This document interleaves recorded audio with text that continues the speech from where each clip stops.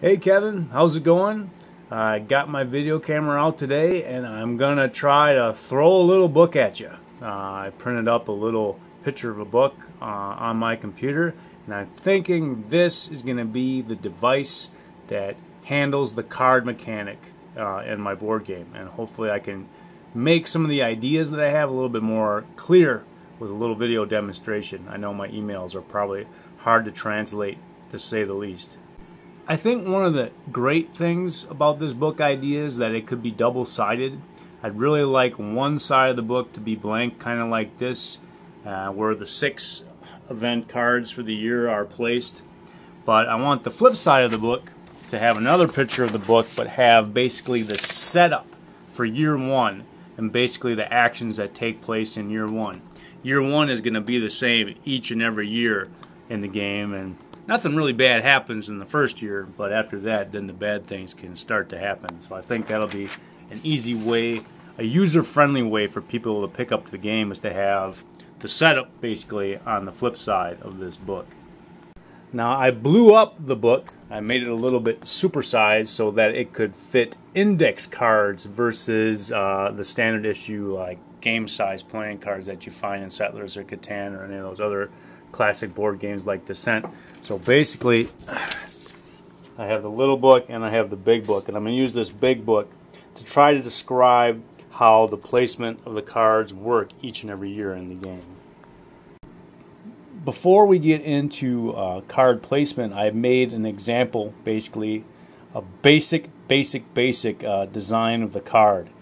This is on an 8x11 sheet of paper, so hopefully it's big enough for you to read.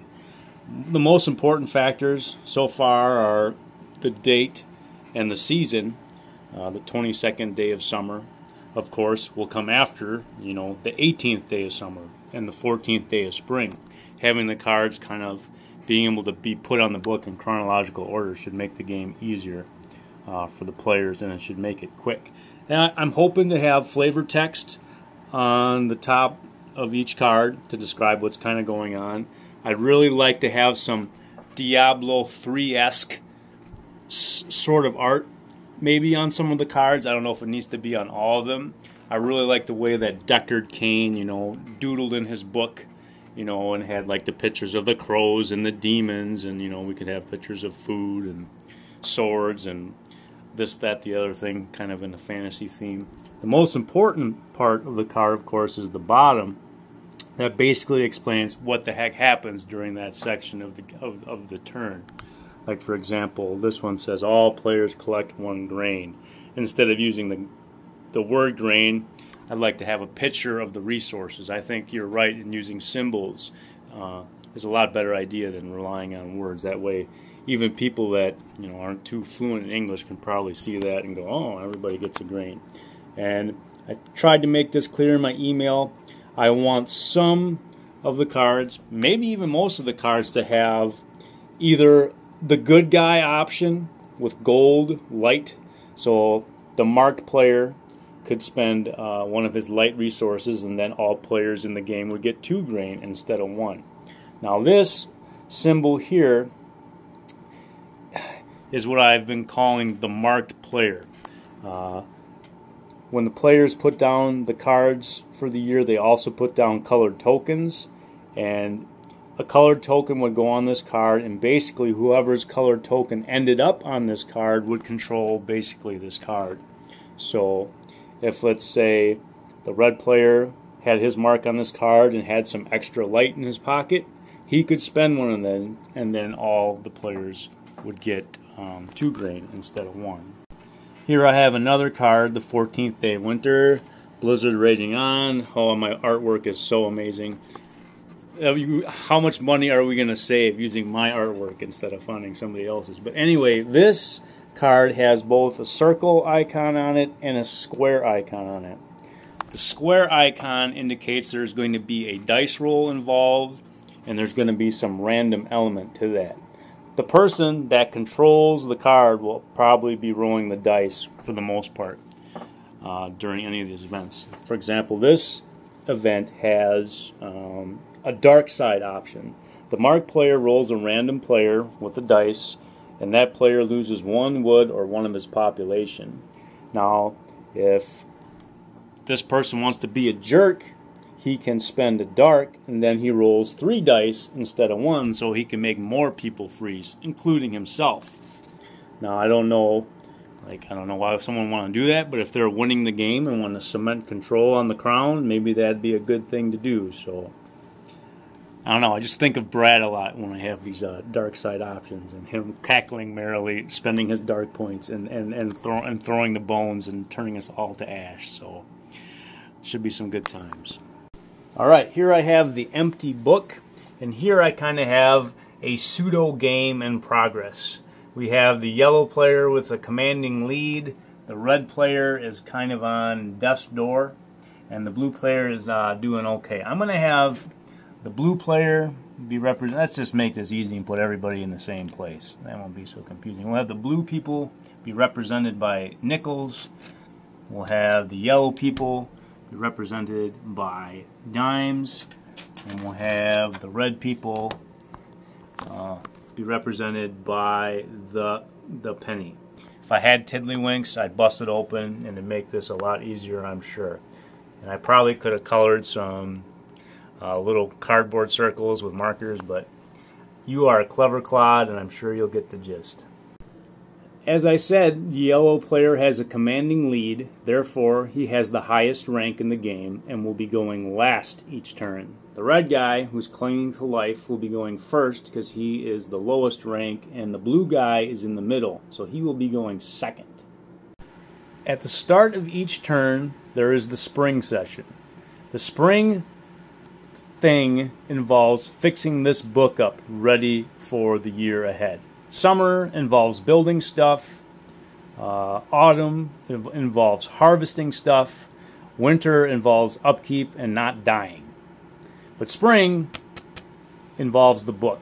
So every year the players take turns putting stuff on the book until the book is complete. The book has 6 slots. 1, 2, 3, 4, 5, 6. And odds are that the spring and summer slots are going to be in this part of the book. Autumn and winter slots will probably be on this part of the book. For the most part, spring events, summer events, and autumn events can have very good things for the players. Winter events, on the other hand, usually are not good at all and can be disastrous for players. Seeing as the red player is going first, what he probably will do for his turn is take one of his tokens, the penny or red token, and lay claim to the first section of the book. That way, let's say there's a spring event that has a new child being born, then that would fall under the control of the red player, and he might get an extra population, which he really, really needs to get back into the game. The blue player will be going next, and what he really wants to do is sock it to yellow to try to take over command of the game. He has a nasty, nasty winter card in his hand, but he knows it would be a smart move to make sure to put yellow's token in the dead of winter before playing that card. So what he does for his turn is he'll put a yellow token on the board in the dead of winter. The yellow player has a winter card that is a random battle, and it has a pretty high number, the 32nd day of winter. He's played the game a couple times and know that there's 60 winter cards or 45 winter cards or whatever, but there's a chance that this card will be the last card of the year. So what he does is he puts this card on the book. It doesn't really matter where he puts it, because after all 6 cards are revealed, they are going to be put in chronological order. But he is hoping that this card ends up right here so he controls that battle. The red player is desperately trying to get back into the game, so he's taking yet another good money slot from the early part of the book. The blue player sees that red is taking a lot of the choice real estate on the book, so he decides to chime in and throw his blue token on the book. In all my play testing and brainstorming, I think that the book is probably going to fill up with tokens before it is going to fill up with pages. I think people are going to be eager to grab important slots on the book. However, the strategy will come in when you know what numbers of the book have been played, what pages you have. So, for example, if you have a spring card that's bad, you could play it in hopes that the people that took the early spots in the book might get something negative instead of something positive. Now it's the yellow player's turn again.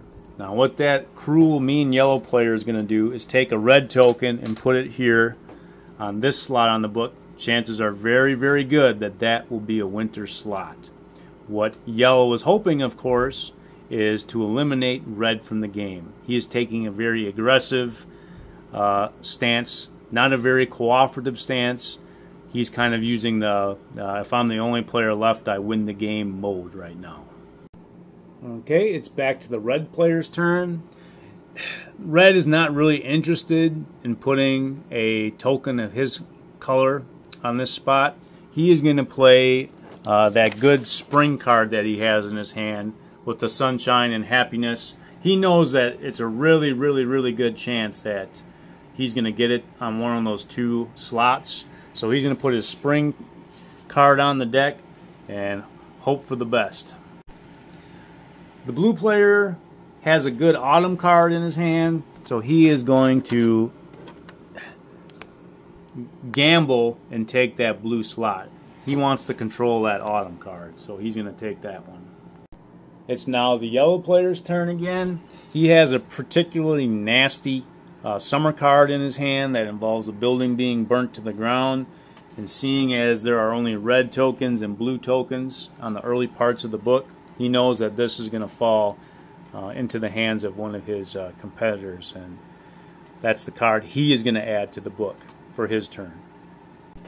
Now there are only 3 spots left in the book, so that means each player will have one more contribution of a card each to the book since all the token spots are played. So basically in turn, each person will add a card to the book until it is completely full. The book now has 6 cards upon it and 6 tokens. When this happens, the person who is in command of the game, basically the highest rank, will take the 6 cards, reveal them, and then put them in the correct order. The yellow player, since he is the highest rank, would then take the 6 cards off of the book and then arrange them in the correct order. We have the 32nd day of winter, the 21st day of summer, the 13th day of winter, the 8th day of autumn, the 3rd day of spring, and the 10th day of spring. So the 3rd day of spring would come first, so you'd place that on the book, place the token where it needs to be going. 10th day of spring is next. You put that, place the red token on that. So the red player has the good fortune of getting 2 good spring cards this turn. Next would be the 21st day of summer.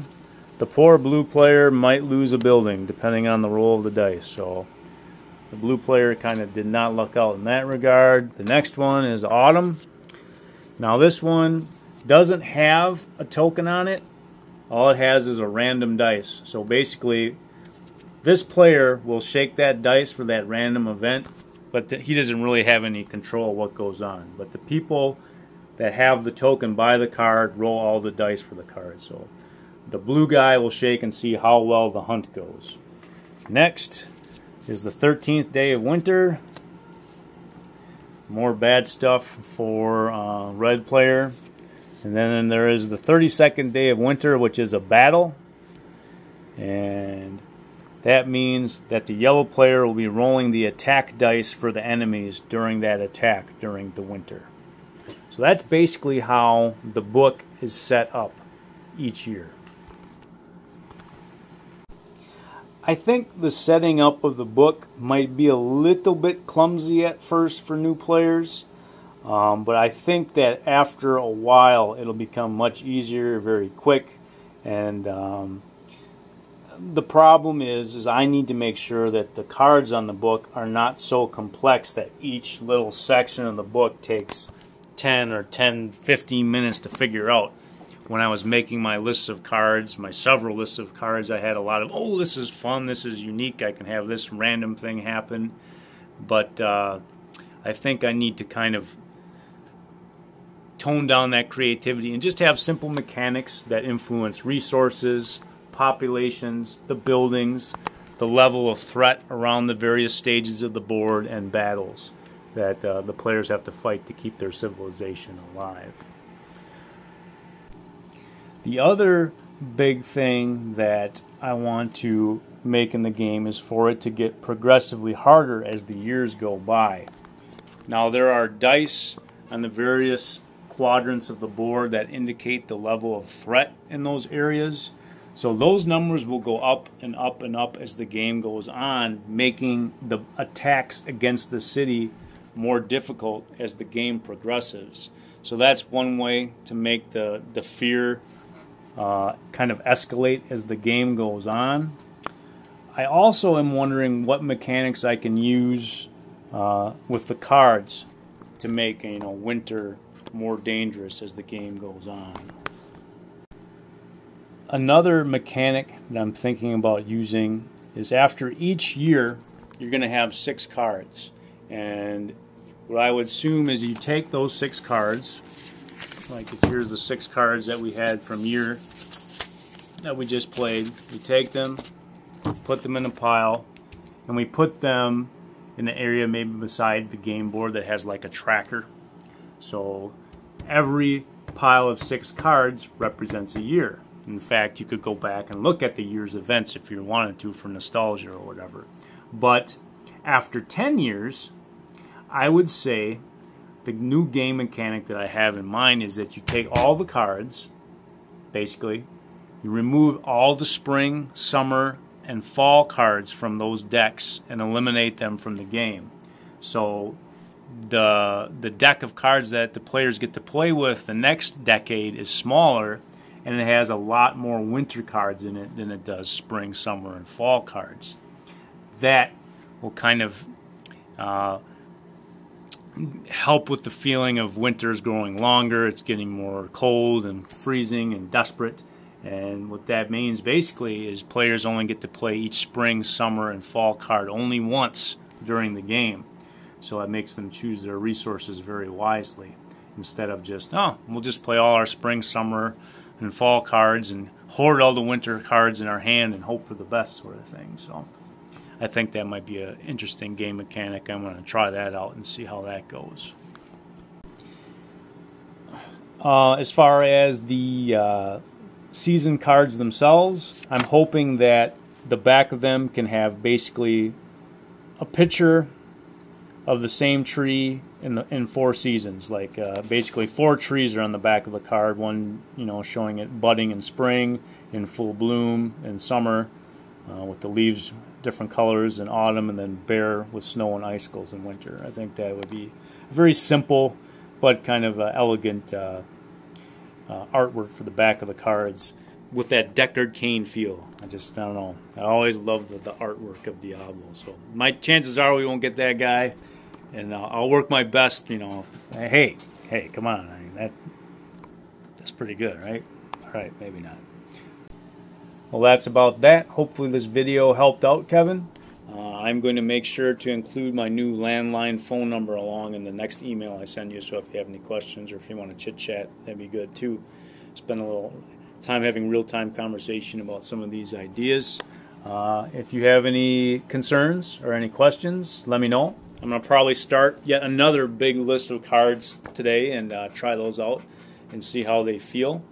But yeah, things are going good. I got a good feeling about this book mechanic in the seasons cards. I really think that this is going to be a unique and hopefully fun way for people to spend some time. I'll talk to you soon, buddy. Thanks for watching.